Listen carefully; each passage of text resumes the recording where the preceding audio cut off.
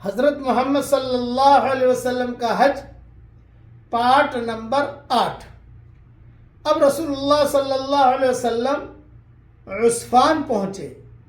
عام طور سے لوگ اسے عسفان کہتے ہیں، نہیں، صحیح یہ ہے عسفان بروزن عثمان۔ جب وہاں پہنچے تو رسول اللہ صلی اللہ علیہ وسلم نے صدیق اکبر سے پوچھا یہ وادی کون سی ہے؟ تو حضرت صدیق اکبر نے کہا یہ عسفان ہے۔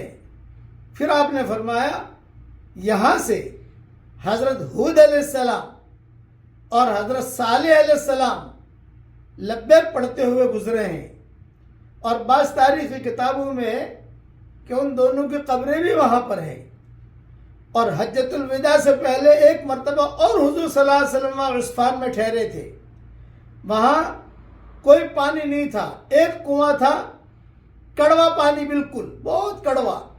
آپ صلی اللہ علیہ وسلم نے اس میں تھوکا تو اس کے اندر خوشبو آ گئی اور وہ پانی جو ہے میٹھا ہو گیا، اور سارے قافلے نے پانی پیا۔ لیکن حجۃ الوداع کے موقع پر یہ تھوکنے کا قصہ نہیں ہوا ہے، یہ پہلے ہوا ہے۔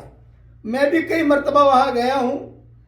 جس باغ میں وہ کنواں ہے وہ ہمارا ساتھی ہے، اور جب بھی ہم سفر کرتے ہیں تو عام طور سے سردیوں میں ہماری دعوت کرتے ہیں وہاں، اور ہمارا پروگرام رکھتے ہیں اور ہمیں پانی پلاتے ہیں۔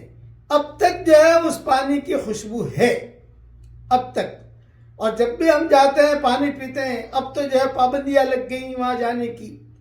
تو وہاں عسفان میں حضور صلی اللہ علیہ وسلم نے قیام کیا۔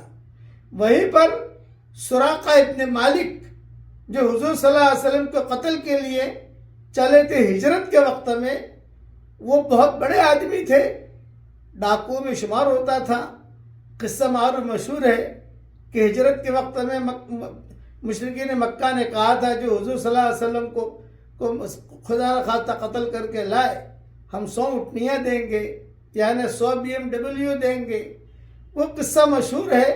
انہوں نے حضور صلی اللہ علیہ وسلم سے کچھ سوالات کیے، کل انشاءاللہ اسے بیان کروں گا۔